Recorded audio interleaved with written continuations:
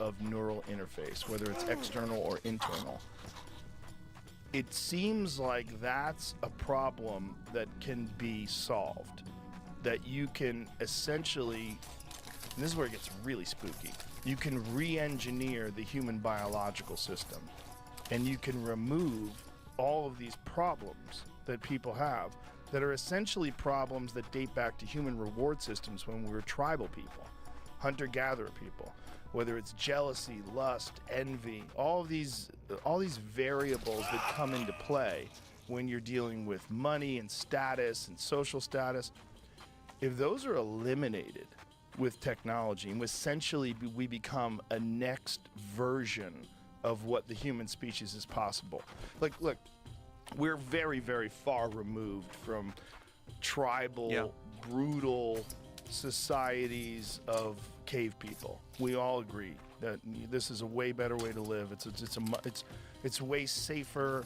You know, we were like I was talking about this at my comedy club last night because my wife was we were talking about DNA, and my wife was saying that, look, everybody came from cave people, which is kind of a fucked up thought, that everyone here is here because of cave people. Well, all that's still in our DNA. All that's still, and these reward systems can be hijacked, and they can be hijacked by just giving people money. And like, you don't have to work, you don't have to do anything, you don't have to have ambition, you'll just have money and just lay around and do drugs. That's the fear that people have of giving people free money. But if we can figure out how to literally engineer the human biological vehicle and remove all those pitfalls, if we can enlighten people technologically, maybe enlighten is the wrong word, but advance the human species to the point where those are no longer dilemmas, because those are easily solvable through coding. They're easily solvable through enhancing the human biological system, perhaps raising dopamine levels to the point where anger and fear and hate are impossible. They don't exist.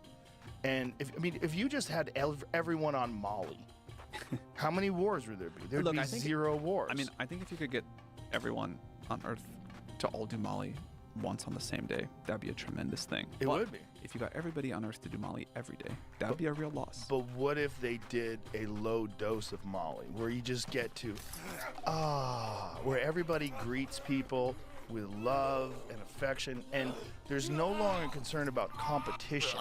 Instead, the concern is about the fascination of innovation and creation and creativity. Man, we could talk the rest of the time about this one topic. It's so interesting. I think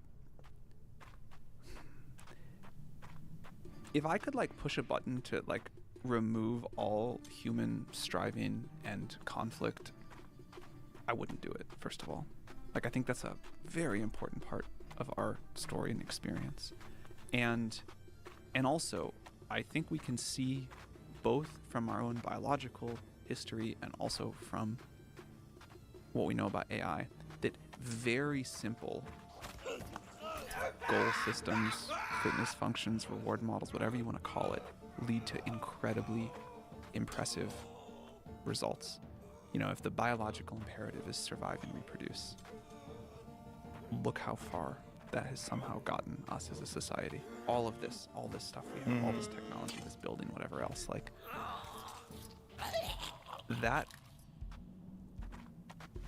that got here through an extremely simple goal in a very complex environment, leading to all of the richness and complexity of people fulfilling this biological imperative to some degree and wanting to impress each other. So I think evolutionary fitness is a simple and unbelievably powerful idea. Now, could you carefully edit out every individual manifestation of that? Maybe, but I don't want to live in a society of drones where everybody is just sort of on Molly all the time either. That doesn't seem like the right answer. I want us to continue to strive. I want us to continue to push back the frontier and go out and explore. And I actually think something's already gotten a little off track in society about all of that, and we're, I don't know, I think like I thought I'd be older by the time I felt like the old guy complaining about the youth. But I think we've lost something, and I think that we need more striving, maybe more risk-taking, more like explorer spirit. What do you mean by you think we've lost something? I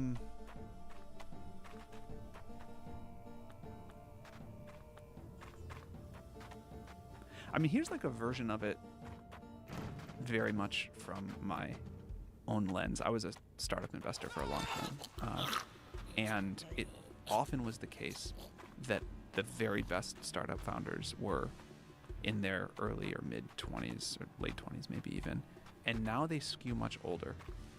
And what I want to know is, in the world today, where are the super great 25-year-old founders? And there are a few. It's not fair to say there are none, but there are less than there were before. And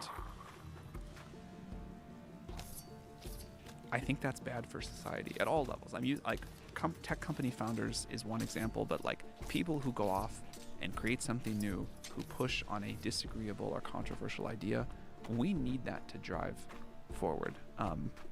We need that sort of spirit. We need people to be able to, you know, put out ideas and be wrong and not be ostracized from society for it, or not have it be like, you know, something that they get canceled for or whatever. We need people to be able to take a risk in their career because they believe in some important scientific quest that may not work out or may sound like really controversial or bad or whatever. You know, certainly when we started OpenAI and we were saying, we think this AGI thing is real and could be, you know, could be done, unlikely, but so important if it happens. And all of the older scientists in our field were saying, those people are irresponsible. You shouldn't talk about AGI. That's like, you know, they're like selling a scam, or they're like, you know, they're kind of being reckless and it's going to lead to an AGI winter. Like, we said we believed. We said at the time, we knew it was unlikely, but it was an important quest. And we were going to go after it and kind of like fuck the haters. That's important to society. What do you think is the origin? Like, why do you think there are less young people that are doing those kind of things now as opposed to a decade or two ago? I am so interested in that topic. I'm tempted to blame the education system, but I think that like interacts with society in all of these strange ways. It's funny, there was this like thing all over my Twitter feed recently trying to talk about like what caused the drop in testosterone in American men over the last few decades. And no one was like, this is a symptom, not a cause. And everyone was like, oh, it's the microplastics, it's the birth control pills, it's the whatever, it's the whatever, it's the whatever. And I think this is like not at all the most important piece of this topic, but it was just interesting to me sociologically that there was only talk about it being about what caused it, not about it being an effect of some sort of change in society. But isn't what caused it, well, there's biological reasons why, like when we talk about the phthalates and microplastics, pesticides, environmental factors, those are real. Totally. And I don't like, again, I'm so far out of my depth and expertise here. It was just interesting to me that the only talk was about like biological factors and not that somehow society can have some sort of effect. Well, society most certainly has an effect. Do you know what the answer to this is? I don't. I mean, I've had a podcast with Dr. Shanna Swan, who wrote the book Countdown, and that is all about the introduction of petrochemical products and the correlating drop in testosterone, rise in miscarriages, the fact that these are ubiquitous endocrine disruptors, that when they do blood tests on people, they find some insane number. It's like 90+% of people have phthalates in their system. And I appreciate the metal cups. Yeah, we try to mitigate it as much as possible. But I mean, you're getting it. If you're microwaving food, you're fucking getting it. You're just getting it. If you eat processed food, you're getting it. You're getting a certain amount of microplastics in your diet, and estimates have been that it's as high as a credit card of microplastics Like per floating week around. in your body. You consume a credit card of that a week. Whoa. The real concern is with mammals, because the introductions, when they've done studies with mammals, when they've introduced phthalates into their body, there's a correlating. One thing that happens is these animals, their taints shrink. Like the taint Yeah, I of read about this. the mammal, when you look at males, it's 50% to 100% larger than the females. With the introduction of phthalates on the males, the taints start shrinking, the penises shrink, the testicles shrink, sperm count shrinks. So we know there's a direct biological connection between these chemicals and how they interact with bodies. So that's a real one, and it's also the amount of petrochemical products that we have, the amount of plastics that we use. It is such an integral part of our culture and our society, our civilization. It's everywhere, and I've wondered if you think about how these territorial apes evolve into this new advanced species, wouldn't one of the very best ways be to get rid of one of the things that causes the most problems, which is testosterone? We need testosterone. We need aggressive men and protectors, but why do we need them? We need them because there's other Right. aggressive men that are evil, right? So we need protectors from ourselves. We need the good, strong people to protect us from the bad, strong people. But if we're in the process of integrating with technology, if technology is an inescapable part of our life, if it is everywhere, you're using it, you have the Internet of Everything that's in your microwave and your television, your computers, everything you use. As time goes on, that will be more and more a part of your life, and as these plastics are introduced into the human biological system, you're seeing a feminization of the males of the species. You're seeing a downfall in birth rate. You're seeing all these correlating factors that would sort of lead us to become this more peaceful, less violent, less aggressive, less ego-driven thing. Which the world is definitely becoming Yeah. over time. And I'm all for less violence, obviously. But I don't... Look, obviously testosterone has many great things to say for it and some bad tendencies too. But I don't think a world... If we leave that out of the equation and just say like a world that has a spirit that, you know, we're gonna defend ourselves, we're going to find a way to like protect ourselves and our tribe and our society into this future, which you can get with lots of other ways. I think that's an important impulse. More than that, though, what I meant is about, if we go back to the issue of like, where are the young founders? Why don't we have more of those? And I don't think it's just the tech startup industry. I think you could say that about like young scientists or many other categories. Those are maybe just the ones that I know the best. In a world with any amount of technology, I still think we've got to, it is our destiny in some sense to stay on this curve. And we still need to go figure out what's next, and after the next hill, and after the next hill. And it would be, my perception is that there is some long-term societal change happening here, and I think it makes us less happy too. Right. It may make us less happy.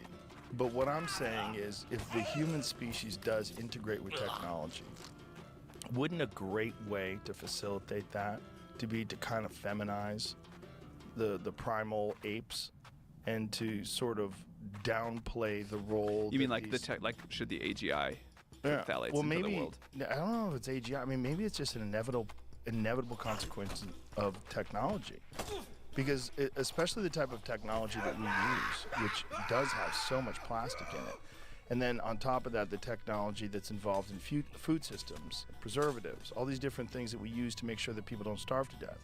We've made incredible strides in that. There are very few people in this country that starve to death. Yeah. It's not a primary issue, but violence is a primary issue.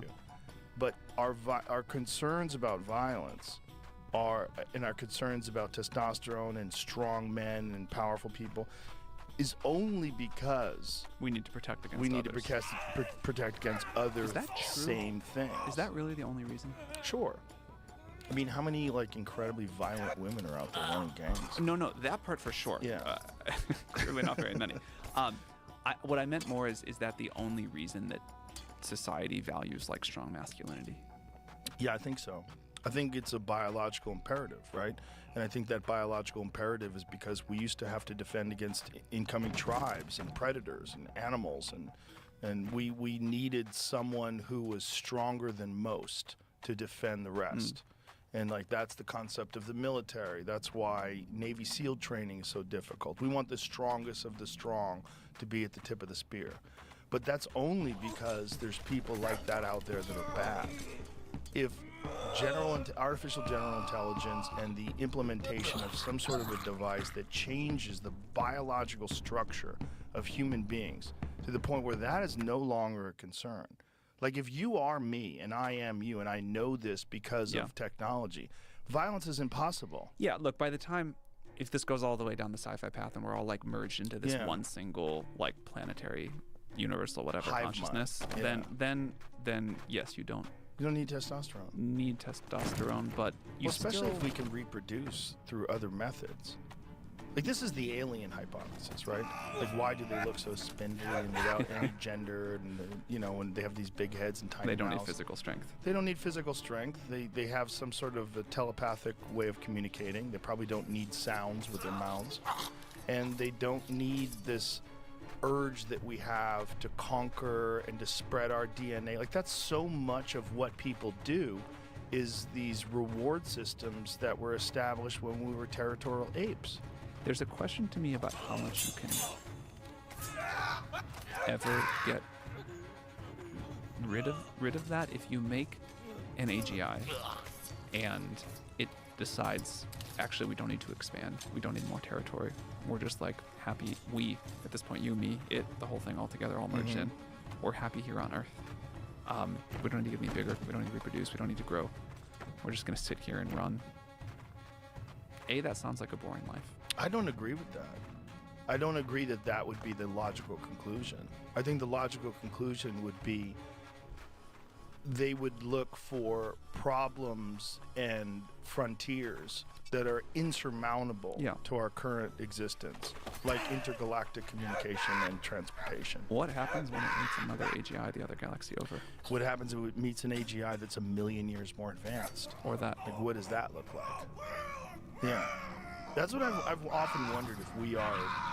I call ourselves the biological caterpillars that create the electronic butterfly.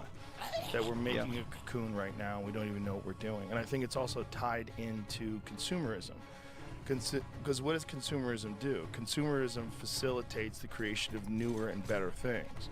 Because you always want the newest, latest, greatest. So you have more advanced technology in automobiles and computers and cell phones and all of these different things, including medical science. That's all for sure true. The thing I was like reflecting on as you were saying that is, I don't think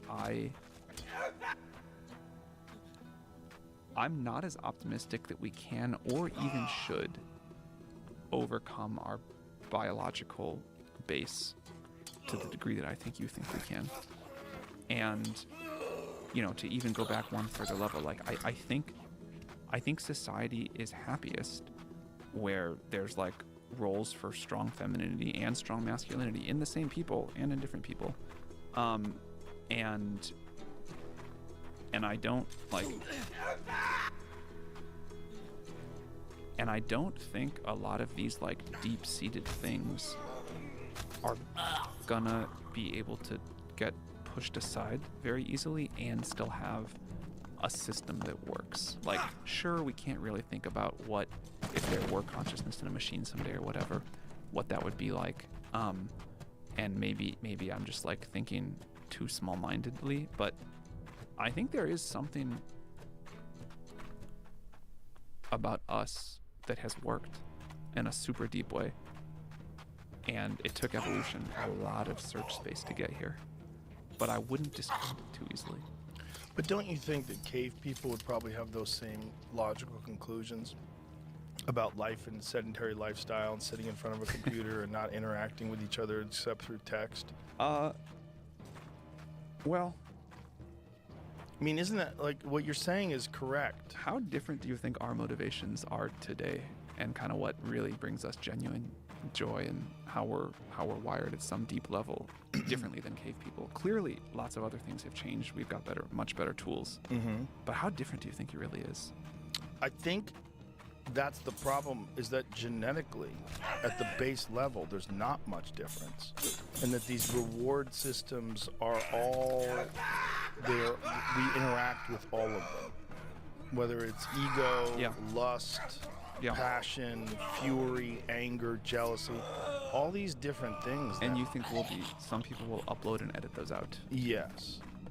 Yeah, I think that our concern with losing this aspect of what it means to be a person, this, like, the idea that we should always have conflict and struggle because conflict and struggle is how we facilitate progress, which is true, right? And combating evil is how the good gets greater and stronger if the good wins.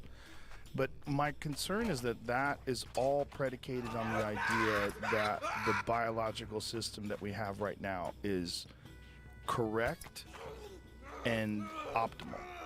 And I think one of the things that we're dealing with the heightened states of depression and anxiety and the lack of meaning and existential angst that people experience, a lot of that is because the biological reality of being a human animal doesn't really integrate that well with this world that we've created. That's for sure. Yeah. And I wonder if the solution to that is not find ways to find meaning with the biological, vessel that you've been given, but rather engineer those aspects that are problematic out of the system to create a truly enlightened being. Like, one of the things, if you ask someone today, what are the odds that in 3 years there will be no war in the world? It's zero. Like, nobody thinks, there's never been a time in human history where we haven't had war. If you had to say, what is our number one problem as a species? Well, I would say our number one problem is war. Our number one problem is this idea that it's okay to send massive groups of people who don't know each other to go murder massive groups of people that are somehow opposed because of the government, because of lines in the sand. That's and territory. clearly an insane thing. It's an insane thing. Well, how do you get rid of that? Well, one of the ways you get rid of that is to completely engineer out all the human reward systems that pertain to the acquisition of resources. So what's left at that point? Well, we're a new thing. I think we've become a new thing. And what does that thing want? I think that new thing would probably want to interact with other new things that are even more advanced than it. I do believe that scientific curiosity can drive that can be a great frontier for a long time. Yeah. I think it can be a great frontier for a long time as well. I just wonder if what we're seeing with the drop in testosterone, because of microplastics, which sort of just snuck up on us. We didn't even know that it was an issue until people started studying. How certain is that at this point that that's what's happening? I don't know. I'm gonna go study after this. It's a very good question. Dr. Shanna Swan believes that it's the primary driving factor of the sort of drop in testosterone and all the miscarriage issues and low birth weights. All those things seem to have a direct. Seems to be a direct factor environmentally. I'm sure there's other factors too. I mean, the drop in testosterone. I mean, it's been shown that you can increase males' testosterone through resistance training and through making. There's certain things you can do. Like one of the big ones they found through a study in Japan is cold water immersion before exercise. Yeah. It radically increases testosterone. So you could cold water immersion and then exercise. I wonder post why. that. Yeah, I don't know. Maybe see if we can find that. But it's a fascinating field of study. But I think it has something to do with resilience and resistance, and the fact that your body has to combat this external factor that's very extreme that causes the body to go into this state of preservation, and the implementation of cold shock proteins and the reduction of inflammation, which also enhances the body's endocrine system. But then on top of that, this imperative that you have to become more resilient to survive this external factor that you've introduced into your life every single day. So there's ways, obviously, that you can make a human being more robust. You know, we know that we can do that through strength training, and that all that stuff actually does raise testosterone. Your diet can raise testosterone, and a poor diet will lower it and will hinder your endocrine system. Will hinder your ability to produce growth hormone, melatonin, all these different factors. That seems to be something that we can fix in terms, or at least mitigate in terms with decisions and choices and effort. But the fact that these petrochemical like there's a graph that Dr. Shanna Swan has in her book that shows during the 1950s when they start using petrochemical products in everything, microwave, plastic, saran wrap, all this different stuff. There's a direct correlation between the implementation and the dip, and it all seems to line up. Like that seems to be a primary factor.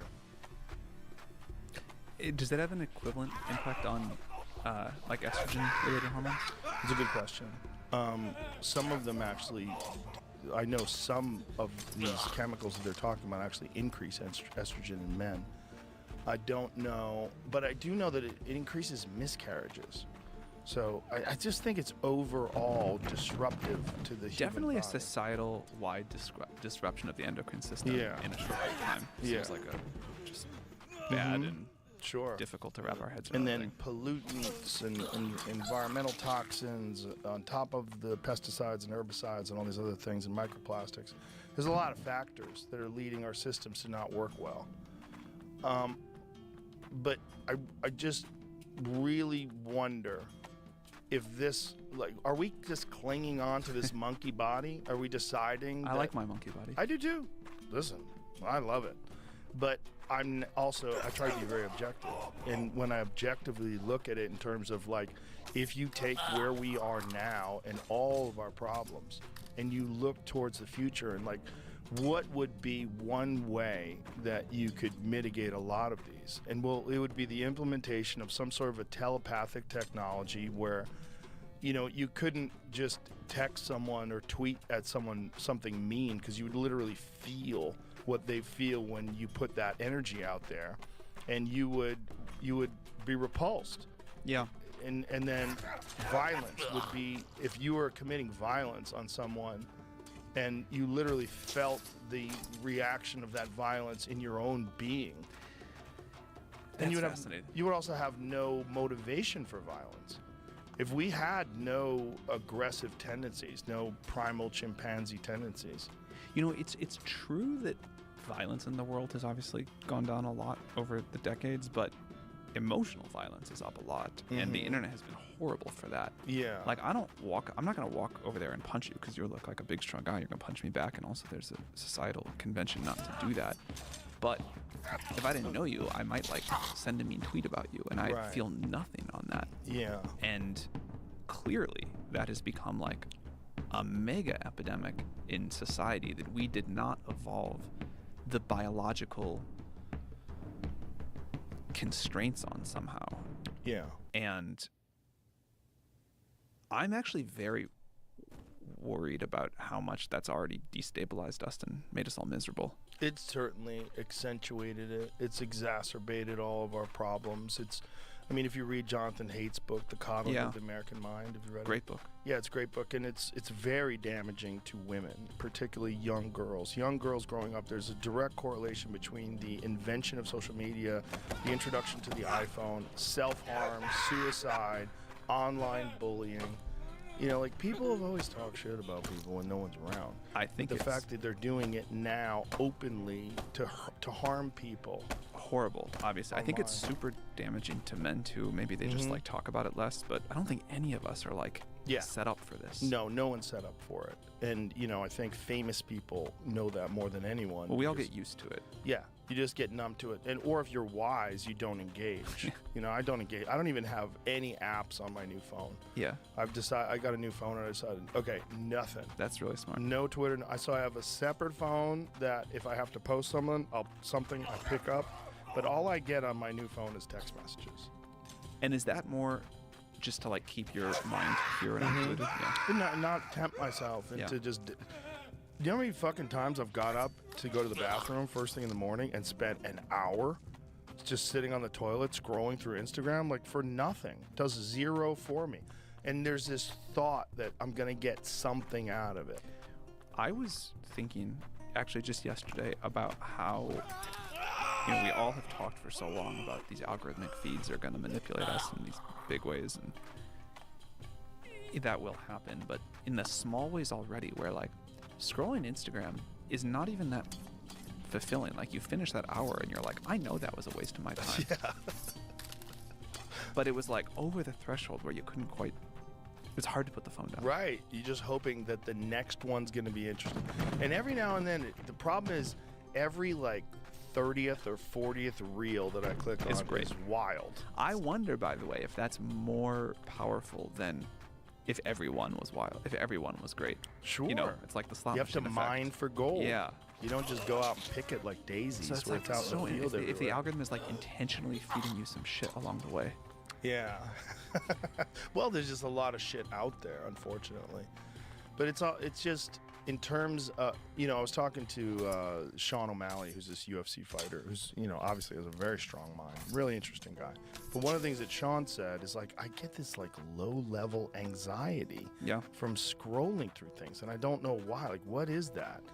And I think it's part of the logical mind realizes this is a massive waste of your resources. I also deleted a bunch of that stuff off my phone because I just didn't have the self-control. I mean, I had the self-control to delete it, but like not to stop once I was scrolling Right. through.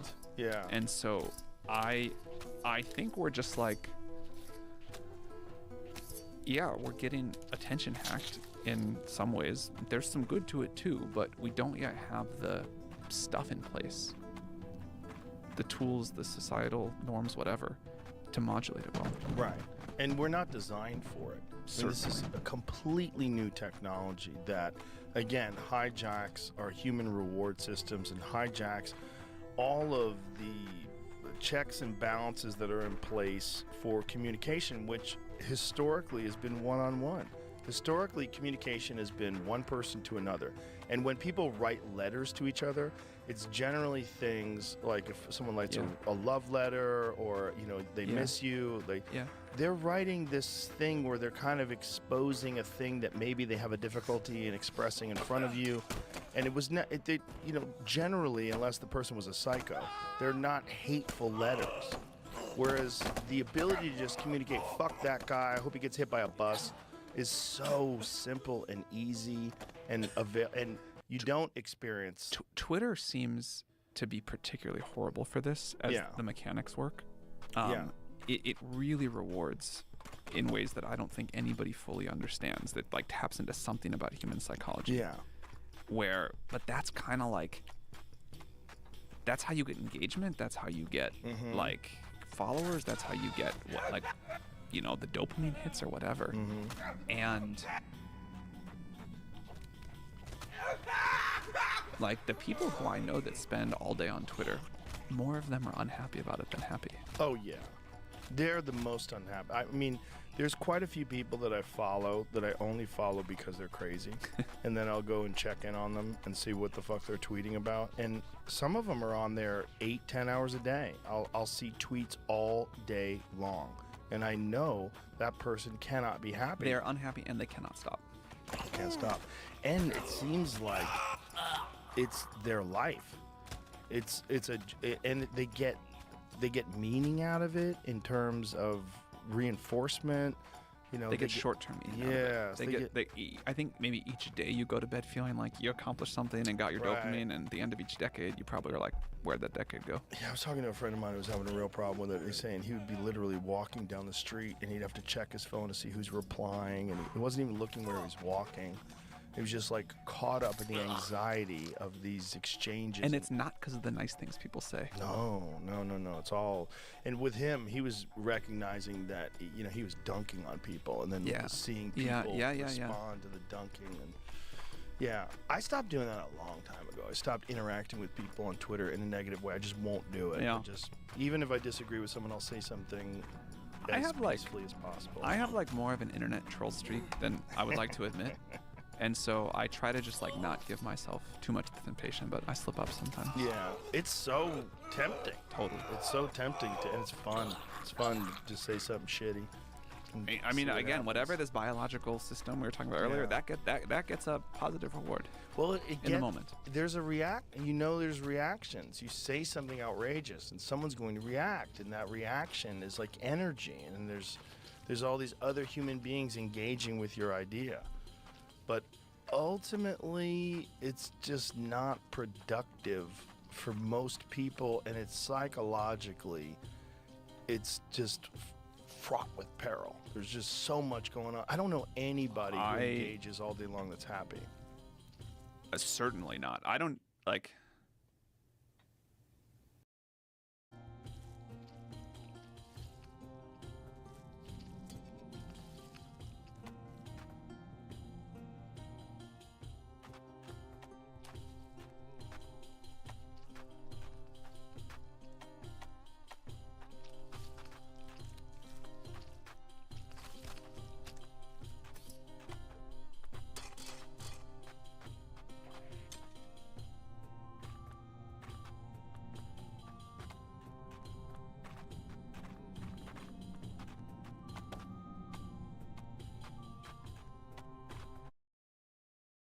I mean, I think I've watched it like destroy is too strong of a word, but like knock off track the careers or lives or happiness or human relationships of people that are like good, smart, conscientious people. Yeah. That just like couldn't fight this demon because it like hacked their. And COVID really accentuated that because people were alone and isolated, and that made it even worse because then they felt even better saying shitty things to people. I'm unhappy. I'm Yeah. gonna say even Yeah. worse things about you. And then there was the psychological aspect of it, like the angst that came from being socially isolated and terrified about this invisible disease that's going to kill us all. And, so you have it like, and then you're interacting with people on Twitter, and then you're caught up in that anxiety, and you're doing it all day. And I know quite a few people, especially comedians, that really lost their minds and lost the respect of their peers by doing that. I have a lot of sympathy for people who lost their minds during COVID because what a unnatural thing for us all to go through, and the isolation was just brutal. But a lot of people did, and I don't think the internet, and particularly not the kind of like social dynamics of things like Twitter, I don't think that like brought out anyone's best. No. Well, I mean, some people, I think, if they're not inclined to be shitty to people, I think some people did seek comfort and they did interact with people in positive ways. Yeah. I see there's plenty of positive. I think the thing is the negative interactions are so much more impactful. Yeah, I think there are a lot of people who use these systems for wonderful things. I didn't mean to imply that's not the case, but that's not what drives people's emotions after getting off the platform at the end of the day. Right. And it's also probably not, if you looked at a pie chart of the amount of interactions, on Twitter. I would say a lot of them are shitting on people and being angry about How many things. of the people that you know that use Twitter those 8 or 10 hours a day are just saying wonderful things about other people all day versus the virulent? Very few. Yeah. Very few. I don't know any of them. I know.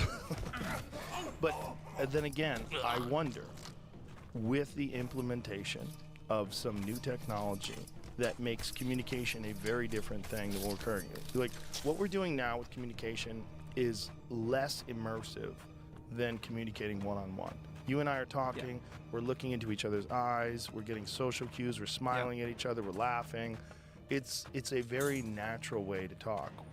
I wonder if through the implementation of technology, if it becomes even more immersive than a one-on-one conversation, even more interactive, and you will understand even more about the way a person feels about what you say, about that person's memory, that person's life, that person's history, their education, how it comes out of their mind, how their mind interacts with your mind, and you see them. You really see them.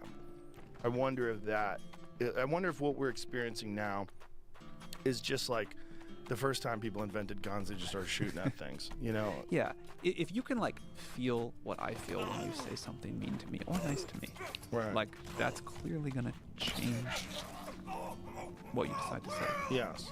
Yeah.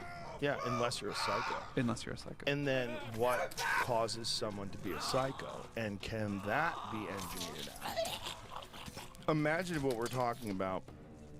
When we're dealing with the human mind, we're dealing with various diseases, bipolar, Yeah. schizophrenia. Imagine a world where we can find the root cause of those things, and through coding and some sort of an implementation of technology that elevates dopamine and serotonin and does some things to people that eliminates all of those problems and allows people to communicate in a very pure way. It sounds great. It sounds great, but you're not going to have any rock and roll. You know, stand-up comedy will die. You'll have no violent movies. You know, there's a lot of things that are going to go out the window. But maybe that is also part of the process of our evolution to the next stage of existence. Maybe. I feel genuinely confused on this. Well, I think you should be. I mean, to be... We're gonna find out. Yeah. I mean, to be sure That'd how be it's going to... yeah, That's yeah. insane. But I don't even have like Hubris beyond belief. right. I mean, you from the... When did OpenAI... When did you first start this project? Are like the very beginning of, end of 2015, early 2016. And when you initially started this project, what kind of timeline did you have in mind, and has it stayed on that timeline, or is it just wildly out of control? I remember talking with John Schulman, one of our co-founders, early on, and he was like, yeah, I think it's gonna be about a 15-year project. And I was like, yeah, it sounds about right to me. And I've always sort of thought since then, now, I no longer think of like AGI as quite the end point, but to get to the point where we like accomplish the thing we set out to accomplish, that would take us to like 2030, 2031. That has felt to me like all the way through kind of a reasonable estimate with huge error bars. And I kind of think we're on the trajectory I sort of would have assumed. And what did you think the impact on society would be? Like, did you, when you first started doing this, and you said, okay, if we are successful and we do create some massively advanced AGI, what is the implementation, and what is the impact on society? Did you sit there and have like a graph, like you had the pros on one side, the cons on the other? Did you just sort of abstractly consider? Well, we definitely talked a lot about the cons. Many of us were super worried about, and still are, about safety and alignment. And if we build these systems, we can all see the great future. That's easy to imagine. But if something goes horribly wrong, it's like really horribly wrong. And so there was a lot of discussion about, and really a big part of the founding spirit of this is like, how are we going to solve this safety problem? What does that even mean? One of the things that we believe is that the greatest minds in the world cannot sit there and solve that in a vacuum. You've got to like have contact with reality. You've got to see where the technology goes. Practice plays out in a stranger way than theory. And that's certainly proven true for us. But we had a long list of, well, I don't know if we had a long list of cons. We had a very intense list of cons because, you know, there's like all of the last decades of sci-fi telling you about how this goes wrong. Why are you supposed to shoot me right now? Yeah. And I'm sure you've seen the John Connor Chat GPT. I haven't. Memes. What is it? It's like, you know, John Connor from the Terminator, the kid, looking at you when you open up Chat GPT. Yeah. So that stuff we were like very clear in our minds on. Now, I think we understand there's a lot of work to do, but we understand more about how to make AI safe in the AI safety gets overloaded. Like, you know, does it mean don't say something people find offensive, or does it mean don't destroy all of humanity, or some continuum? And I think the word is like gotten overloaded, but in terms of the like not destroy all of humanity version of it, we have a lot of work to do, but I think we have finally more ideas about what can work, and given the way the systems are going, we have a lot more opportunities available to us to solve it than I thought we would have, given the direction that we initially thought the technology was going to go. So that's good. On the positive side, the thing that I was most excited about then and remain most excited about now is, what if this system can dramatically increase the rate of scientific knowledge in society? That is I think that kind of like all real sustainable economic growth, the future getting better, progress in some sense, comes from increased scientific and technological capacity, so we can solve all of the problems. And if the AI can help us do that, that's always been the thing I've been most excited about. Well, it certainly seems like that is the greatest potential, greatest positive potential of AI. It is to solve a lot of the problems that human beings have had forever, a lot of the societal problems that seem to be, I mean, that's what I was talking about, an AI president. I'm kind of not joking, because I feel like if something was hyper intelligent and aware of all the variables with no human bias and no incentives, no other than here's your program, the greater good for the community of the United States and the greater good for that community as it interacts with the rest of the world. The elimination of these dictators, these whether they're elected or non-elected, who impose their will on the population because they have a vested interest in protecting special interest groups and industry. I think as long as, the thing that I find scary when you say that is it feels like it's humanity not in control, and I reflexively don't like that. But if it's instead like it is the collective will of humanity being expressed without the mistranslation and corrupting influences along the way, then I can see it. Is that possible? It seems like it would be. It seems like if it was programmed in that regard to do the greater good for humanity and take into account the values of humanity, the needs of humanity. There's something about the phrase "do the greater good for humanity." I know, it's terrifying. It's very Orwellian. All of it is. But also, so is artificial general intelligence. For sure. Open the door. I wish I had worked on, you know, something that was less morally fraught. But do you? Because it's really exciting. I cannot imagine a cooler thing to work on. I feel unbelievably. I feel like the luckiest person on earth. That's but awesome. It is not. It's not on easy mode. Let's say that. Oh, This is not life on easy mode. No. I mean, you are at the forefront of one of the most spectacular changes in human history, and I would say, I would say more spectacular than the implementation of the internet. I think the implementation of the internet was the first baby steps of this. and that artificial general intelligence is Yeah. it is the internet on steroids. It's the internet in hyperspace. What I would say is it's the next step, and there'll be more steps after. But it's Yes. our most exciting step yet. Yeah. My wonder is, what are those next steps after? Isn't And that so exciting to think about? It's very exciting. I think we're the last people. I really do. I think we're the last of the biological people with all the biological problems. I think there's a And do you very. feel excited about that? I just think that's just what it is. You're just fine with it. It is what it is. I mean, that I don't think you can control it at this point, other than some massive natural disaster that resets us back to the Stone Age, which is also something we should be very concerned with, Yeah. because it seems like that happens a lot and we're not aware of it, because the timeline of a human body is so small.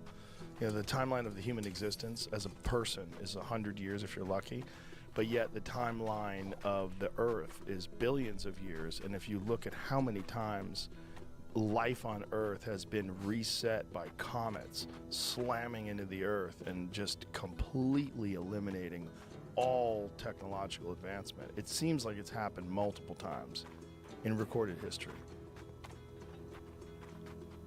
I always think we don't think about that quite enough.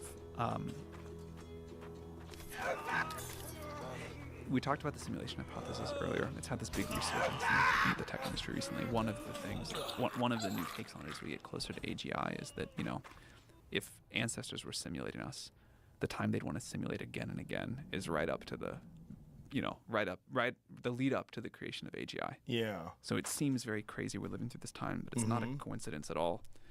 This is the time that is after we had enough cell phones out in the world, like recording tons of video to train the video model of the world that's all being like jacked into us now via brain implants or whatever, and before everything goes really crazy with AGI.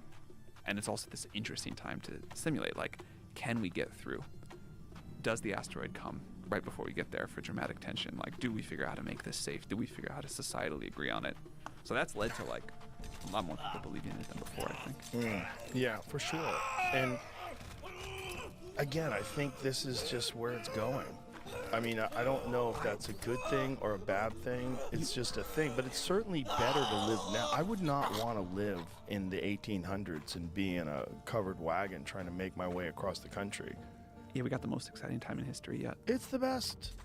It's the best, but it's also has the most problems, the most social problems, the most awareness of social, For sure. environmental, For sure.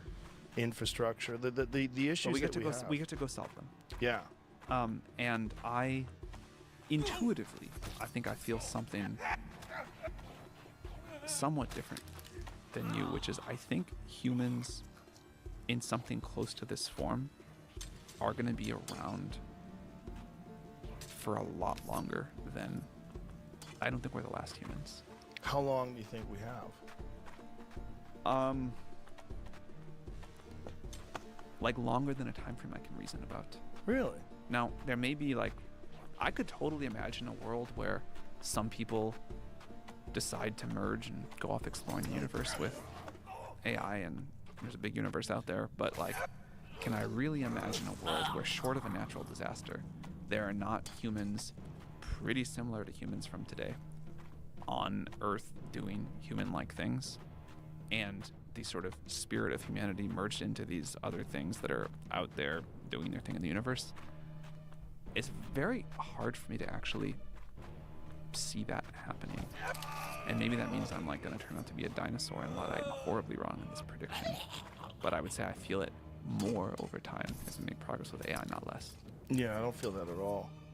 I feel like we're done. In a few years. No, A few decades. maybe a generation or two. It'll probably be a gradual change, like wearing of clothes. I don't think everybody wore clothes when they invented clothes. I think it probably took a while. When someone figured out shoes, I think that probably took a while. When they figured out structures, doors, houses, cities, agriculture, all those things were slowly implemented over time and then now become everywhere. And I think this is far more transformative. And is part of that because you don't think there will be an option for some people not to merge? Right. Just like there's not an option for some people to not have telephones anymore. It's like I used to have friends like I don't even have email. Right. Those people don't exist anymore. Right. They all have email. Right. Everyone has a phone, at least a flip phone. I know some people that they just can't handle social media and all that jazz. They went to a flip phone. Good for them. I don't know if this is true or not. I've heard you can't like walk into an AT&T store anymore and still buy a flip phone. I heard You that just can. changed. You can? Oh, really? Someone told Maybe. me this, but I don't know if it's true. Verizon still has them. Okay. I was just there. They still have flip phones. I was like, I like it. I like this fucking little thing that you just call people. And I always like romanticize about going to that. But my step was to go to a phone that has nothing on it but Yep. text messages. And that's been a few days. Feeling good so far? Yeah, it's good, you know? I still have my other phone that I use for social media, but when I pick that motherfucker up, I start scrolling through YouTube and watching videos and scrolling through TikTok or Instagram. And I don't have TikTok, but I tried Threads for a little while, but I'm like, Yeah. oh, it's just like fucking ghost town. So I went right back to X.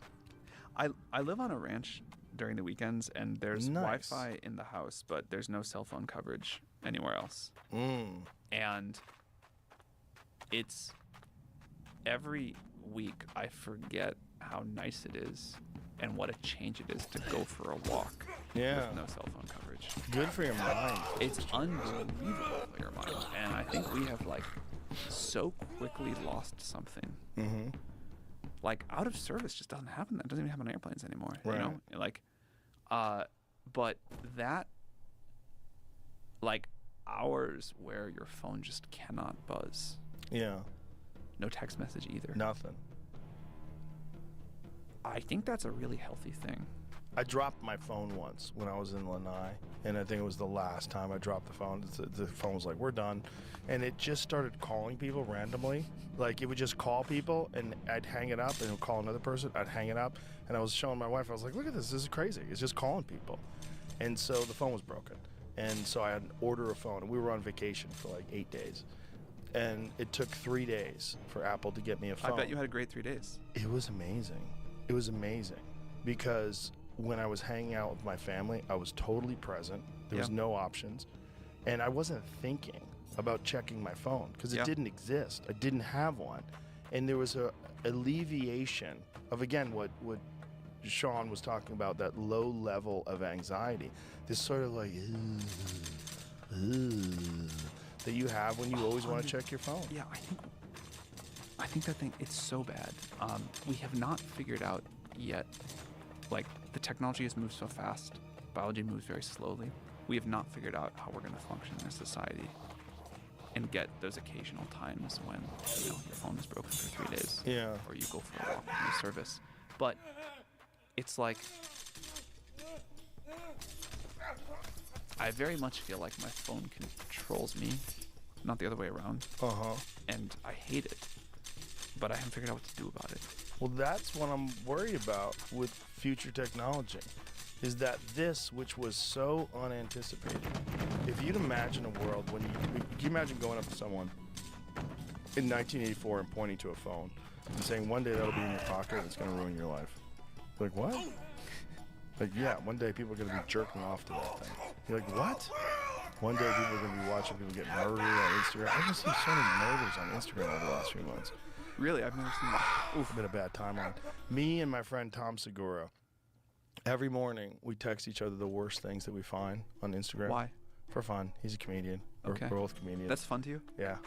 This is fucking All right. just ridiculous. I mean, just crazy car accidents, people get gored by bulls, and like we try to top each other.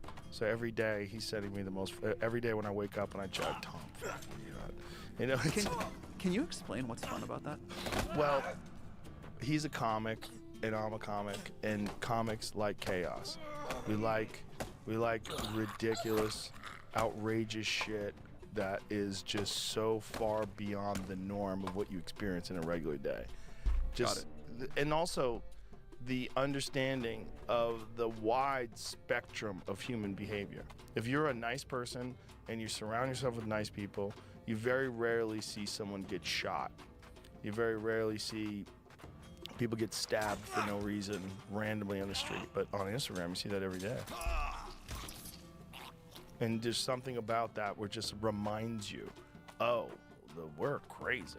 Like the human species, like there's a certain percentage of us that are just off the rails and just out there just causing chaos and jumping dirt bikes and landing on your neck and like all that stuff See, is that out makes, there. even to hear that makes me like Yeah. physically like I know that happens, of course, Mm-hmm.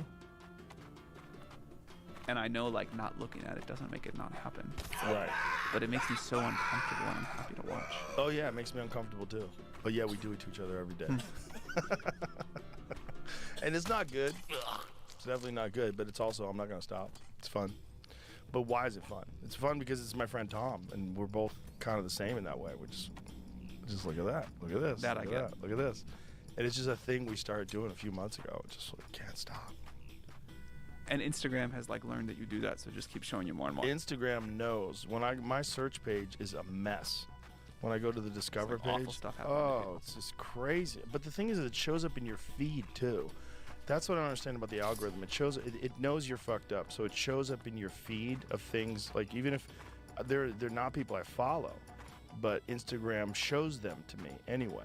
I heard an interesting thing a few days ago about Instagram and the feed, which is if you use it at off hours, when they have more processing capability available because less people are using it, you get better recommendations. So your feed will be better in like the middle of the night. What is better though? Doesn't your feed More addictive to you or whatever. right? So for me, better would be more murders, more animal attacks. Sounds horrible. It's horrible. But it's just, it seems to know that's what I like. It seems to know that that's what I interact with, so it's just sending me that most of the time. Yeah, That probably has all kinds of crazy psychological effects. I'm sure. Yeah, I'm sure that's also one of the reasons why I want to get rid of it and move away from it. Yeah, so maybe it went too far. I don't even know if it's too far, but what it is it's showing me the darker regions of society, of civilization, of human behavior. But you think we're about to edit all that out? I wonder if that is a solution. I really do, because I don't think it's outside the realm of possibility. If we really truly can engineer that, like one of the talks about Neuralink that's really promising is people with spinal cord issues, injuries, people that can't move their body, and to being able to hotwire that, where Yeah. essentially it controls all these parts of your body that you couldn't control anymore. And so that would be an amazing thing for people that are injured, for amazing thing for people that are, you know, they're paralyzed, they have all sorts of neurological conditions. That is probably one of the first, and that's what Elon's talked about as well. One of the first implementations, the restoration of sight, you know, cognitive function enhanced for people that have brain issues. That's tremendously exciting. Yeah. And like many other technologies, I don't think we can stop neural interfaces, nor because of the like great good that's going to happen along the way. But I also Right. don't think we know where it goes. It's Pandora's box for sure. And I think when we open it, it's just, we're not going to go back. Just like we're not going to go back to no computers without some sort sure. of a natural disaster. By the way, I mean this is a great compliment. You are one of the most neutral people I have ever heard talk about the merge coming. You're just like, yeah, I think it's going to happen.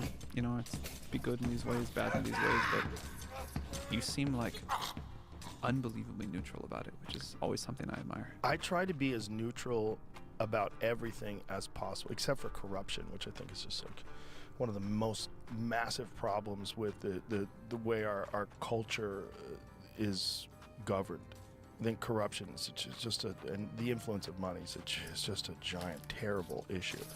But in terms of like social issues and in terms of the way human beings believe and think about things, I try to be as neutral as possible, because I think the only way to really truly understand Yeah. the way other people think about things is try to look at it through their mind. And if you have this inherent bias and this, you have this like very rigid view of what's good and bad and right and wrong, I don't think that serves you very well for understanding why people differ. And so I try to be as neutral and as objective as possible when I look at anything. And this is a skill that I've learned. This is not something I had in 2009 when I started this podcast.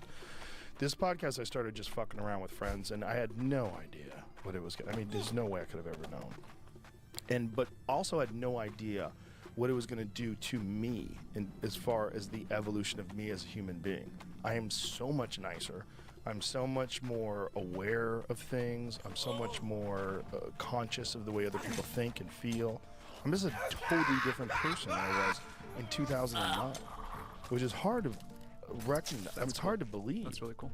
But that it's just an inevitable consequence of this unexpected education that I've received. Did the empathy kind of like come on linearly? Yes. And that was not a... No, it just came. It came on Well, first of all, it came on recognizing that the negative interactions on social media that I was doing, they didn't help me.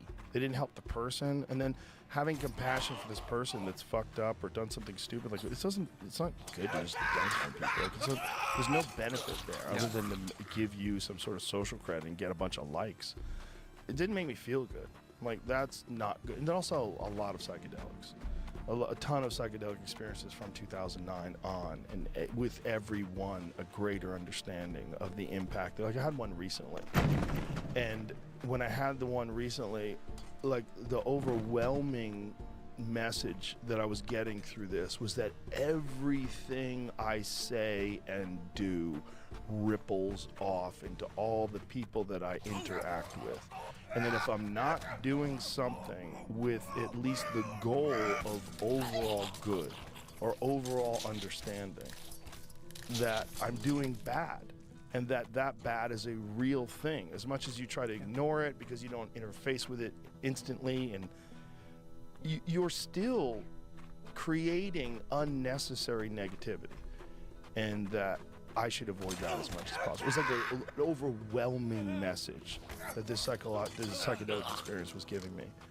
And I took it because I was just particularly anxious that day about the state of the world, particularly anxious about Ukraine and Russia and China and the political system that we have in this country, and this incredibly polarizing way that the left and the right engage with each other. And God, it just seems so just tormented. And so I was just, some days I think too much about it. I'm like, I need something to crack me out of this. So I took these psychedelics. Are you surprised psychedelic therapy has not made, from what you thought would happen in the early 2010s till now, are you surprised it has not made more progress sort of on a path to legalization as a medical treatment? No, I'm not, because there's a lot of people that don't want it to be in place, and those people have tremendous power over our medical system and over our regulatory system. And those people have also not experienced these psychedelics. There's very few people that have experienced profound psychedelic experiences that don't think there's an overall good for those things. So the problem is you're having these laws and these rules implemented by people who are completely ignorant about the positive effects of these things. And if you know the history of psychedelic prohibition in this country, it all took place during 1970, and it was really to stop the civil rights movement, and it was really to stop the anti-war movement. And they tried to find a way to make all these things that these people were doing that was causing them to think in these very different ways, this tune in, turn on, drop out. They just wanted to put a fucking halt to that. What better way than to lock everyone who participates in that in cages?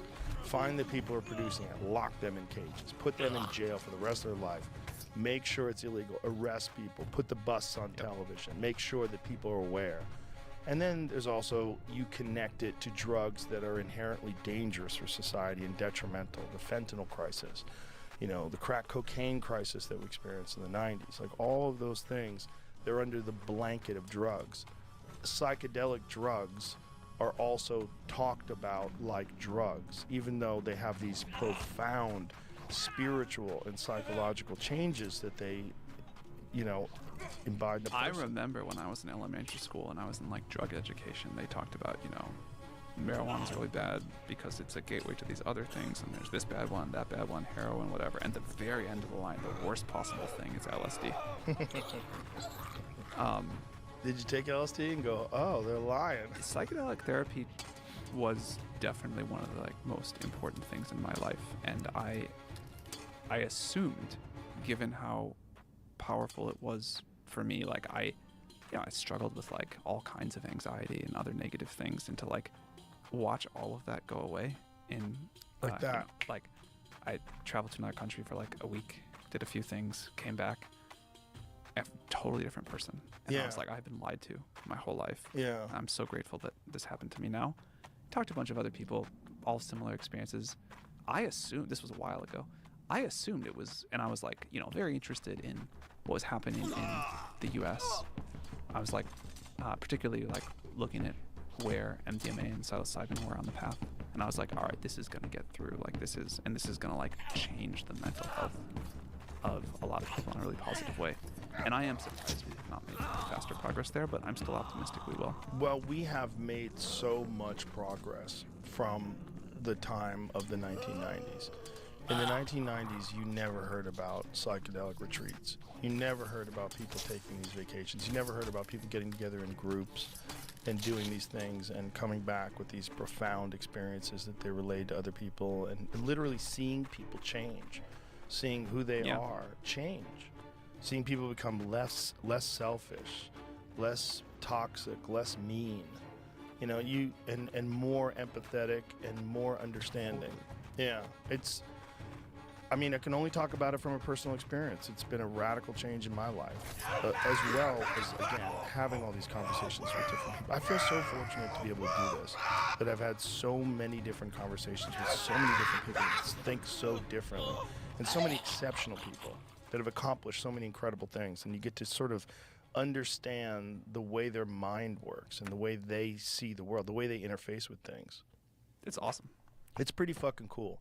And that is one of the cooler things about being a human, that you can find a way to mitigate all the negative aspects of the monkey body. And that there are tools that are in place. But unfortunately, in this very prohibitive society, this society of prohibition, we're denied those.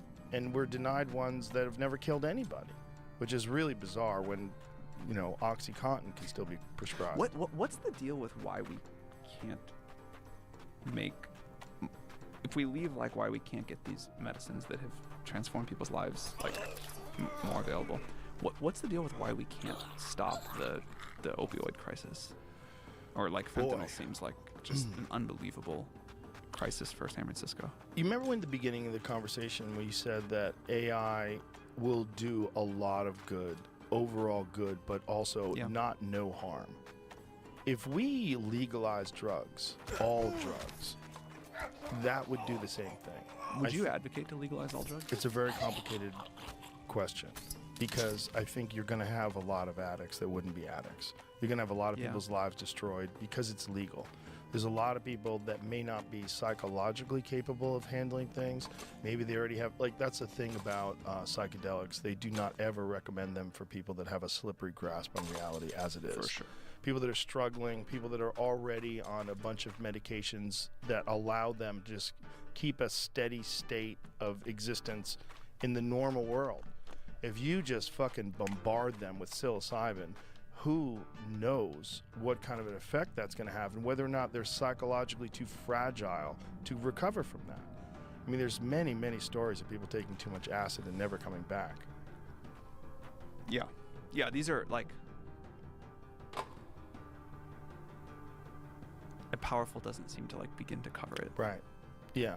But there's also, what is it about humans that are constantly looking to perturb their normal state of consciousness? Constantly, whether it's we're both drinking coffee, people smoke cigarettes, they take Adderall, they do all sorts of different things to change and enhance their normal state of consciousness. It seems like whether it's meditation or yoga, they're always doing something to try to get out of their own way, or get in their own way, or distract themselves from the pain of existence. And it seems like a normal part of humans. And even monkeys, vervet monkeys, get addicted to alcohol. They get addicted to fermented fruits and alcohol, and they become drunks and alcoholics. What do you think is the difference? well, we're not happy. Exactly. You know, and then some things can make you happy, sort of. For like a couple of drinks makes you so happy for a little bit until you're an alcoholic, until you destroy your liver, until you crash your car, until you're involved in some sort of a violent encounter that you would never be involved with if you weren't drunk. You know, I love caffeine, which clearly is a drug. Alcohol, like, I like, but I often am like, yeah, this is like, you know, this is like dulling me, and I wish I hadn't had this drink. And then other stuff, like, I mostly would choose to avoid. But that's because you're smart. And you're probably aware of the pros and cons, and you're also probably aware of how it affects you and what's doing good for you and what is detrimental to you. But that's a decision that you can make as an informed human being that you're not allowed to make if everything's illegal. Right. Yeah. Right. And also, when things are illegal, criminals sell those things because you're not tampering the desire by making it illegal. You're just making access to it much more complicated. What I was going to say is, if fentanyl's really great, I don't want to know. Apparently it is. Apparently it is. Yeah. Peter Berg was on the podcast, and he produced that Painkiller documentary for Netflix about the docudrama about the Sackler family. It's an amazing piece. But he said that he took OxyContin once recreationally. And he was like, oh my God, it's amazing.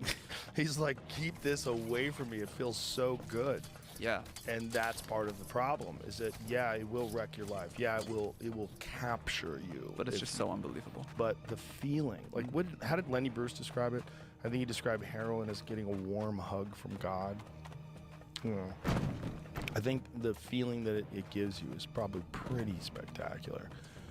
I don't know if legalizing that is going to solve the problems, but I do know that another problem that we're not paying attention to is the rise of the cartels, and the fact that right across our border where you can walk, there are these enormous organizations that make who knows how much money, untold, uncalculable amounts of money, selling drugs and bring them into this country. And one of the things they do is they put fentanyl in everything to make things stronger. And they do it for, like, street Xanax. There's people that have overdosed thinking they're getting Xanax, and they fucking die from fentanyl. Yeah, they do it with cocaine, of course. They do it with everything. There's so many things that have fentanyl in them, and they're cut with fentanyl because fentanyl is cheap and insanely potent. And that wouldn't be a problem if things were legal. So would you net out towards saying, all right, let's just legalize it? Yeah, I would net out towards that, but I would also put into place some serious mitigation efforts, like in terms of counseling, drug addiction, and Ibogaine therapy, which is another thing that's illegal. Someone was just telling me about how transformative this was for them. Yeah, I haven't experienced that personally, but Ibogaine for many of my friends that have had pill problems, and I have my friend Ed Clay, who started an Ibogaine center in Mexico because he had an injury and he got hooked on pills and he couldn't kick it. Did Ibogaine, gone. One time done. 24-hour, super uncomfortable experience. It's supposed to be a horrible experience, right? Yeah, it's supposed to be not very recreational, not exactly something you want to do on the weekend with friends. It's something you do because you're fucked and you need to figure out how to get out of this fuckedness. And that, like, we think about how much money is spent on rehabs in this country, and what's the relapse rate? It's really high. I mean, I have many friends that have been to rehab for drug and alcohol abuse, and quite a few of them went right back to it. Quite a few. It doesn't seem to be that effective. It seems to be effective to people when people have, like, they really hit rock bottom and they have a strong will, and then they get involved in a program, some sort of a 12-step program or some sort of a Narcotics Anonymous program, and then they get support from other people, and they eventually build this foundation of other types of behaviors and ways to find other things to focus on, to whatever aspect of their mind that allows them to be addicted to things. Now it's focused on exercise, meditation, yoga, whatever it is. That's your new addiction, and it's a much more positive and beneficial addiction. But the reality of the physical addiction, that there are mitigation efforts. Like, there's so many people that have taken psilocybin and completely quit drugs, completely quit cigarettes, completely quit a lot, because they realize, like, oh, this is what this is. This is why I'm doing this. Yeah, that's why I was more optimistic that the world would have made faster progress towards acceptance of. You hear so many stories like this. Mm-hmm. So I would say, like, all right, clearly a lot of our existing mental health treatment at best doesn't work. Clearly our addiction programs are ineffective. If we have this thing that in every scientific study, or most scientific studies we can see, is delivering these like unbelievable results, it's gonna happen. Yeah. And I still am excited for it. I still think it'll be a transformatively positive development, but It'll change politics. It'll absolutely change the way we think of other human beings. It'll absolutely change the way we think of society and culture as a whole. It'll absolutely change the way people interact with each other if it becomes legalized. And it's slowly becoming legalized. Like, think of marijuana, which is like, the gateway drug. Marijuana is now legal recreationally in how many states? 23. And then medically in many more. And, it's really easy to get a license medically. In California, you just, I got one in 1996. You used to be able to just go somewhere and go, I got a headache. That's it. Yeah, I get headaches.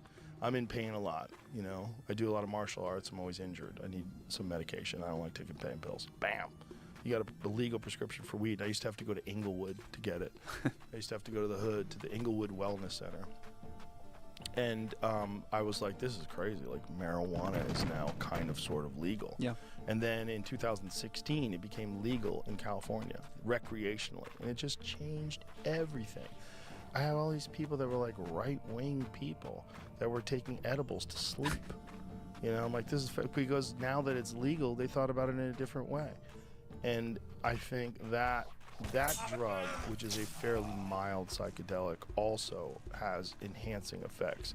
It makes people more compassionate. It makes people more kind and friendly. It's sort of the opposite of a drug that enhances violence. It doesn't enhance violence at all. It does like alcohol does that. Cocaine does that. To say a thing that'll make me very unpopular, I hate marijuana. It does not sit well with me at all. What does it do to you that you don't like? It makes me tired and slow for a long time after it. Well, I think also there's biological variabilities, right? Like some people, like my wife, she does not do well with alcohol. She can get drunk off one drink, but it's biological. Yeah. Like she got some sort of a genetic, I forget what it's called, something about bilirubin, like something that her body just doesn't process alcohol very well. So she's a cheap date. Oh, all I meant is that genetically, I got whatever the mutation is that makes it an unpleasant experience. Yeah, but what I was saying is, for me, that's the opposite. Alcohol doesn't bother me at all. I could drink 3-4 drinks and I'm sober in 20 minutes. And my body my liver just like a blast Just furnace, goes through it. just goes right through it. I can sober up real quick, but I also don't need it. Like, I'm doing sober October for the whole month. I don't Feels drink. good? Yeah, did shows last night. Great, no problems. Not having alcohol doesn't seem to bother me at all, but I do like it. I do like a glass of wine. It's a nice thing at the end of the day. I like it. Speaking of that and psychedelics in general, I many cultures have had a place for some sort of psychedelic time in someone's life or rite of passage, but as far as I can tell, most of them are there's some sort of ritual about it, and I do worry that, and I think these things are so powerful that I worry about them just being like kind of used all over the place all the time. Yeah.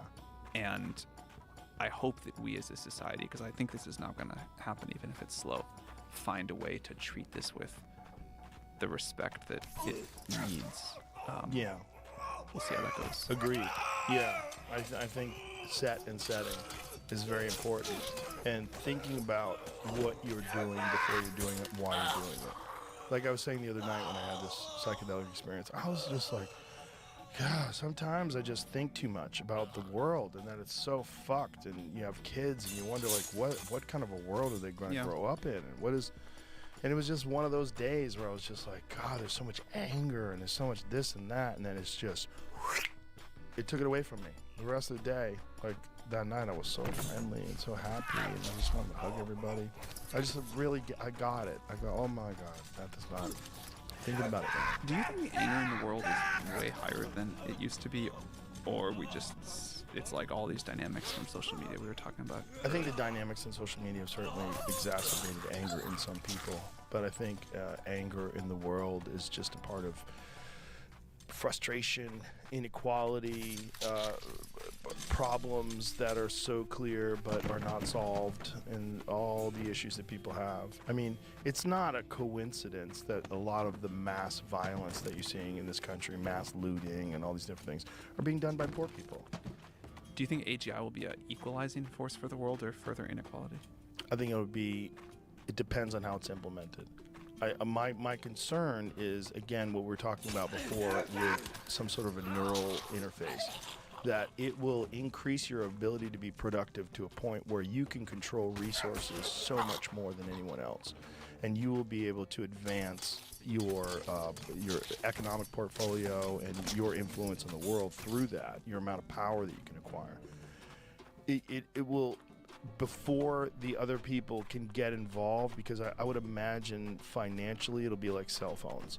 In the beginning, you remember when the movie Wall Street, when he had that big brick cell phone? It was like, look at him. He's out there on the beach with a phone. That was crazy. No one had one of those things back then. And they were so rare. I got one in 1994 when I first moved to California, and I thought I was living in the fucking Giant future. thing. No, it was a Motorola StarTAC. That was a cool phone. I actually had one in my car in 1988. I was one of the first people to get a cell phone.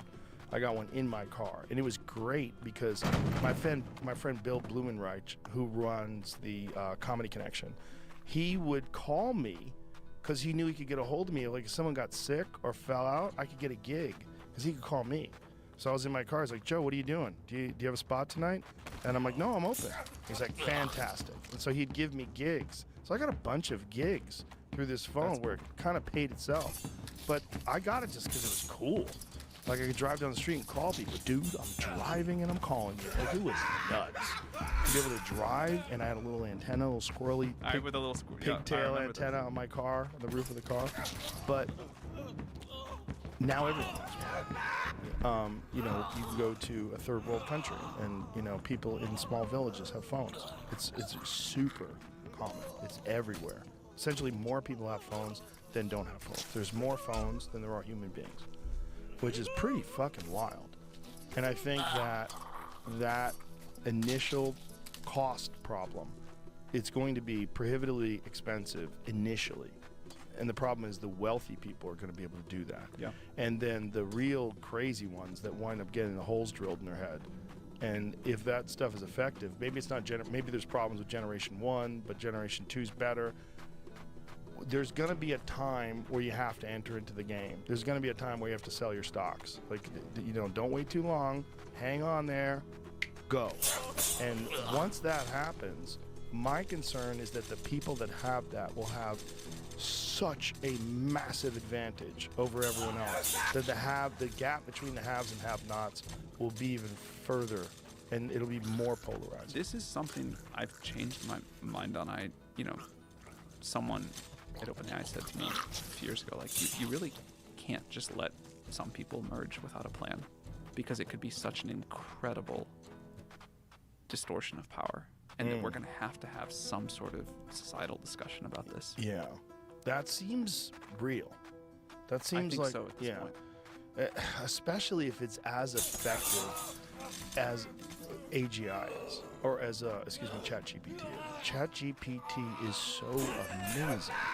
When you enter into it information, you ask it questions, and it can give you answers. You can ask it to code a website for you, and it does it instantly, and it solves problems that literally you would have to take decades to try to solve, and it gets to it right away. This is the dumbest it will ever be. Yeah, that's what's crazy. That's what's crazy. So imagine something like that, but even more advanced. Multiple stages of improvement and innovation forward, and then it interfaces directly with the mind, but it only does it with the people that can afford it. Yeah. And those people are just regular humans, so they haven't been enhanced. We haven't evolved physically. We still have all the human reward systems in place. We're still basically these territorial primates, and now we have, you know, you just imagine some fucking psychotic billionaire who now gets this implant and decides to just completely hijack our financial systems, Yep. acquire all the resources, set into place regulations and influences that only benefit them, and then make sure that they can control it from there on How out. much do you think this actually, though, even requires like a physical implant or like a physical merge versus just some people have access to GPT-7 and can spend a lot on the inference compute for it, and some don't? I think that's going to be very transformative too. But my thought is that once, I mean, we have to think of what are the possibilities of a neural enhancement. If you think about the human mind and how the human mind interacts with the world, how you interact with language and thoughts and facts, and something that is exponentially more powerful than that, but it also allows you to use the same emotions, the same ego, the same desires and drives, jealousy, lust, hate, anger, all of those things, but with this godlike power. When one person can read minds and other people can't, when one person has a completely accurate forecast of all of the trends in terms of stocks and resources and commodities, and they can make choices based on those. I totally see all of that. The only thing I feel a little confused about is,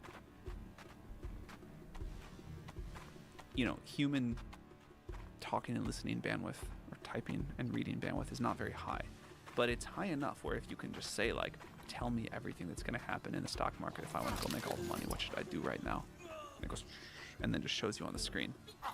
Even without a neural interface, you're kind of a lot of the way to the scenario you're describing. Sure, with stocks. Or with, like, tell me how to, like, invent some new technology that will change the course of history. Yeah. Yeah. All those things.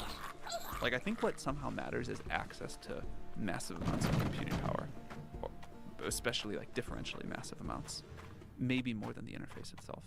I think that certainly is going to play a massive factor in the amount of power and influence a human being has, having access to that.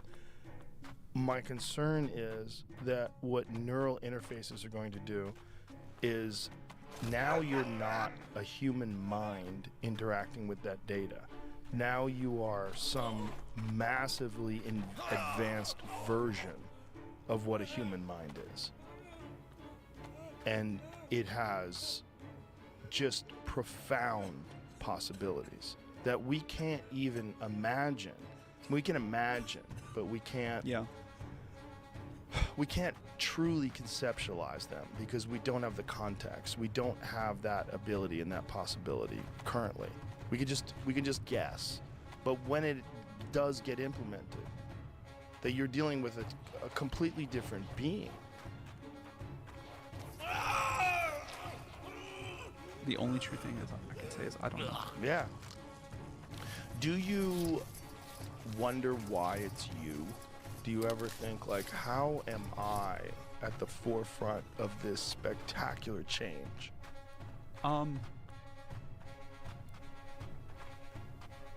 Well, first of all, I think it's very much like, I think this is, you could make the statement for many companies, but none is as true for as OpenAI is. Like, the CEO is far from the most important person in the company. Like, in our case, there's a large handful of researchers, each of which are individually more critical to the success we've had so far and that we will have in the future than me. But even that, and I bet those people, like, really are like, this is weird to be them. But it's certainly weird enough for me that it, like, ups my simulation hypothesis probability somewhat. If you had to give a guess, when you think about the possibility of simulation theory, what kind of percentage do you? I've never known how to put any number on it. Like, it's every argument that I've written explaining why it's, like, super high probability, that all seems reasonable to me. Feels impossible to reason about, though. What about you? Yeah, same thing. I go maybe, but it's still what it is, and I have to. That's the exist. main thing, is I think it doesn't matter. I think Yeah. it's like okay. It definitely matters, I guess, but there's not a way to know currently, and also. What matters though? Well, if this really is, I mean, our inherent understanding of life is that we are these biological creatures that interact with other biological creatures. We mate and breed, and that this creates more of us, and that hopefully as society advances and we acquire more information, more understanding and knowledge, this next version of society will be superior to the version that preceded it, which is just how we look at society today. Nobody wants to live in 1860 where you died of a cold and there's no cure for infections. It's much better to be alive now. You're like, just inarguably. Right?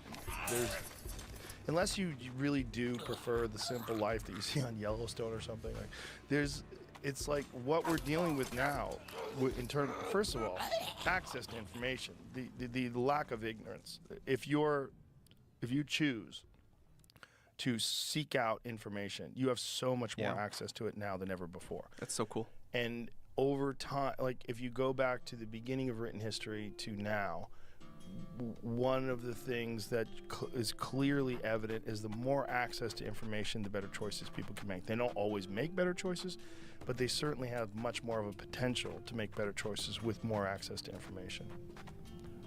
You know, we think that this is just this biological thing, but imagine if that's not what's going on. Imagine if this is a program, and that you are just consciousness that's connected to this thing that's creating this experience that is indistinguishable from what we like to think of as a real biological experience from carbon-based life forms interacting with solid physical things in the real world.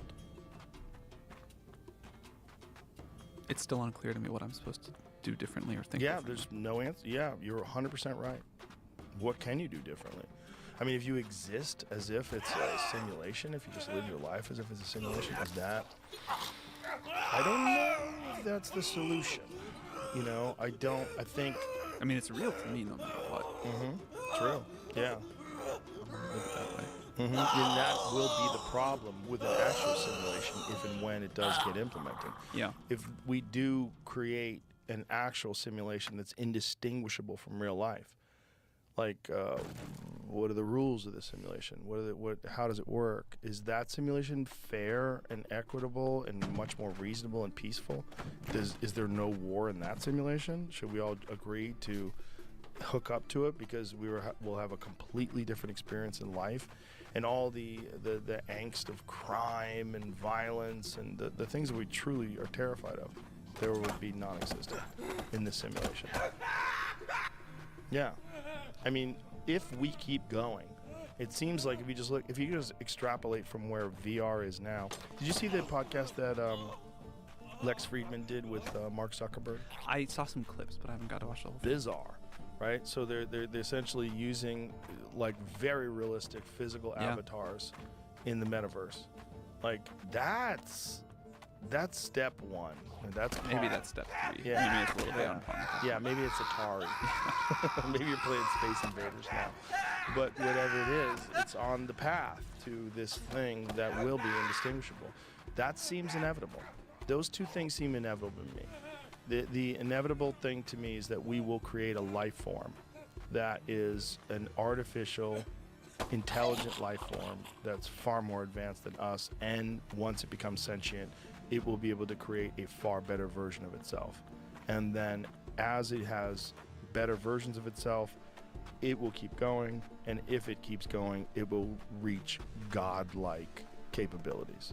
The complete understanding of every aspect of the universe and the structure of it itself, how to manipulate it, how to travel through it, how to communicate. And that, you know, if we keep going, if we survive 100 years, 1,000 years, 10,000 years, and we're still on this same technological, exponential increasing in capability path, that's God. We become something like God.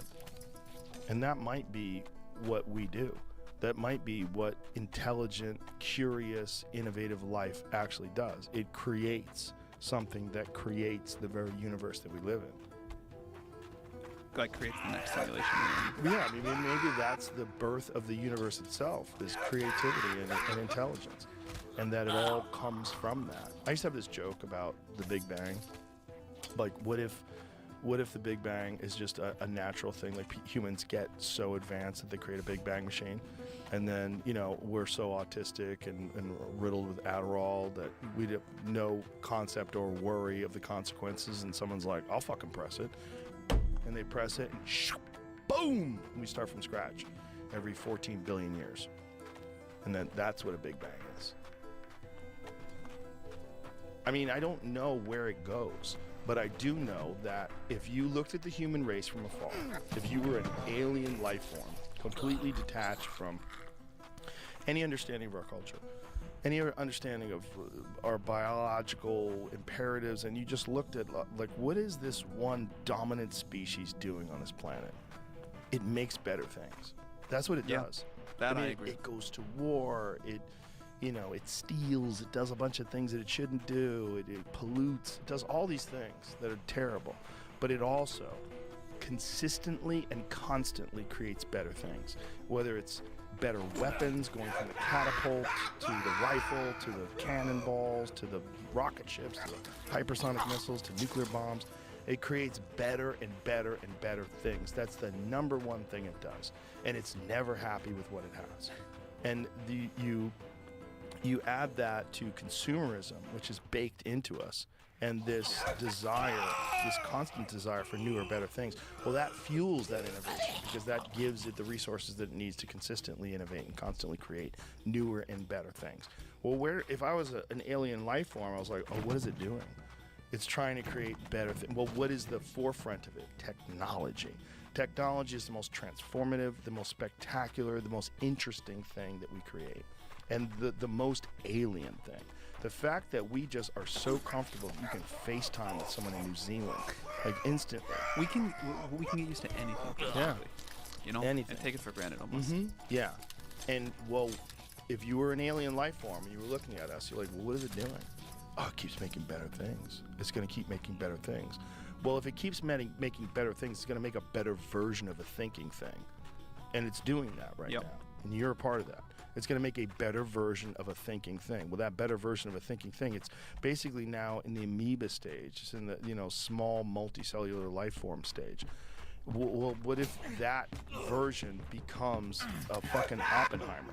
What if that version if it scales up so far that it becomes so hyper intelligent that it is completely alien to any other intelligent life form that has ever existed here before, and it constantly does the same thing, makes better and better versions of it? Well, where does that go? It goes to a god. It goes to something like a god, and maybe God is a real thing, but maybe it's a real consequence of this process that human beings have of consistently, constantly innovating and constantly having this desire to push this envelope of creativity and of technological power. I guess it comes down to maybe a definitional disagreement about what you mean by it becomes a god. Like, I can totally... I think it becomes something much, like, unbelievably much smarter and more capable than we are. And what does that thing do if that keeps going? And maybe the way you mean it as a godlike force is that thing can then go simulate in a universe. Yes. Okay. That I can resonate with. Yeah. I think whatever we create will still be subject to the laws of physics in this universe. Right. Yeah, maybe that is the overlying fabric that God exists in. But the God word is a fucked up word because it's just been so co-opted. But, I was having this conversation with Stephen Meyer, who is, he's a physicist. I believe he's a physicist. He's a physicist. And he's also religious. And it was a real weird conversation. Very fascinating conversation. What kind of religion? Believer in Christ. Correct. Yeah, he even believes in the resurrection, which I found very interesting. But, it's interesting communicating with him because he has these little designed speeches, that he's encountered all these Yeah. questions so many times, that he has these very well worded, very articulate responses to these things that I sense are like bits. You know, like when I'm talking to a comic, and like a comic, like they go, oh, I got this bit on train travel, And and they they just tell go. you, the bit. Like that's what it's like. He has bits on why he believes in Jesus and why he believes, and very, very intelligent guy. But I propose the question, when we're thinking about God, what if instead of God created the universe, what if the universe is God? And the creative force of all life and all everything is the universe itself. Instead of thinking that there's this thing that created us. This is like close to a lot of the Eastern religions. I think Yes. this is an easier thing to wrap my mind around than any Yeah. other religions for me. And that is when I do psychedelics, I get that feeling. I get that feeling like there's this insane soup of like innovation and connectivity that exists Yeah. all around us, but our minds are so primal. We're this fucking thing, you know. This is what we used to be, and that. What is that? It's there's a guy named Shane Against the Machine, who's this artist who created this. It's a chimpanzee skull that he made out of Zildjian symbols. So you see that it's got a little Zildjian logo. He left that on the back, and he just made this dope art piece. Cool. It's just cool. But I wonder if our limitations are that we are an advanced version of primates. We still have all these things that we talk about: jealousy, envy, anxiety, lust, anger, fear, violence. All these things that are detrimental, but were important for us to survive and get to this point. And that as time goes on, we will figure out a way to engineer those out. And that as intelligent life becomes more intelligent and we create a version of intelligent life that's far more intelligent than what we are, or far more capable of what we are. If that keeps going, if it just keeps going, I mean, ChatGPT, imagine if you go to ChatGPT and go back to Socrates and show him that, explain to him that, and show him a phone and, you know, and put it on a phone and have access to it. He'd be like, what have you done? Like, what is this? Like, this. I bet he'd be much more impressed with the phone than ChatGPT. I think you'd be impressed with the phone's abilities to communicate for sure, but then the access to information would be so profound. I mean, back then, I mean, look, you're dealing with a time when Galileo was put under house arrest Right. because he had the gumption to say that the Earth is not the center of the universe. Well, now we fucking know it's not. Like, we have satellites. We send literal cameras into orbit and take photos of things. No, I totally get that. I just meant that we kind of know what it's like to talk to a smart person. And so in that sense, you're like, oh, all right. I didn't think you could like talk to a not person and have them be person-like in some responses some of the time. But a phone, man, if you just like woke up after 2,000 years and there was like a phone, that would, Yeah. you have no model for that. You didn't get there gradually. Yeah, no, you didn't get. My friend Eddie Griffin has a joke about that.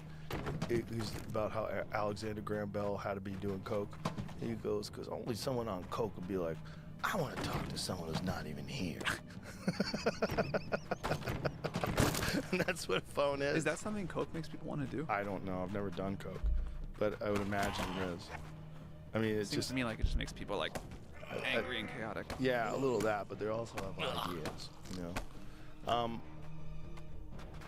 Yeah, I mean, but back to this, where does it go?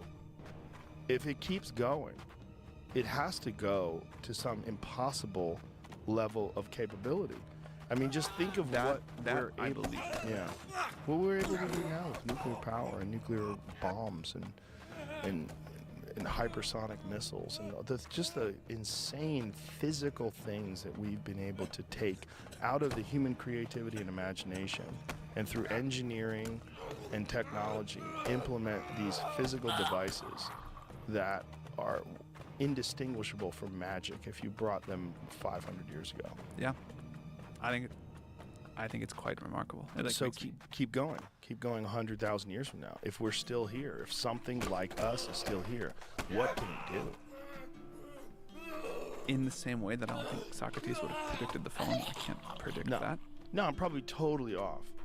But maybe that's also why comets exist. Maybe it's a nice reset to just like leave a few around give them a distant memory of the utopian world that used to exist, have them go through thousands of years of barbarism, of horrific behavior, and then reestablish society. I mean, this is the Younger Dryas impact theory, that around 11,800 years ago, at the end of the Ice Age, that we were hit by multiple comets, that it caused the instantaneous melting of the ice caps over North America.